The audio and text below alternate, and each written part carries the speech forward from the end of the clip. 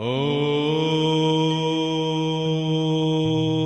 ह्रीं श्रीं क्लीं मेघाप्रभा जीवन ज्योति प्रचंड शांति क्रांति जागृति प्रगति रचना शक्ति अखंड जगत जननी मंगल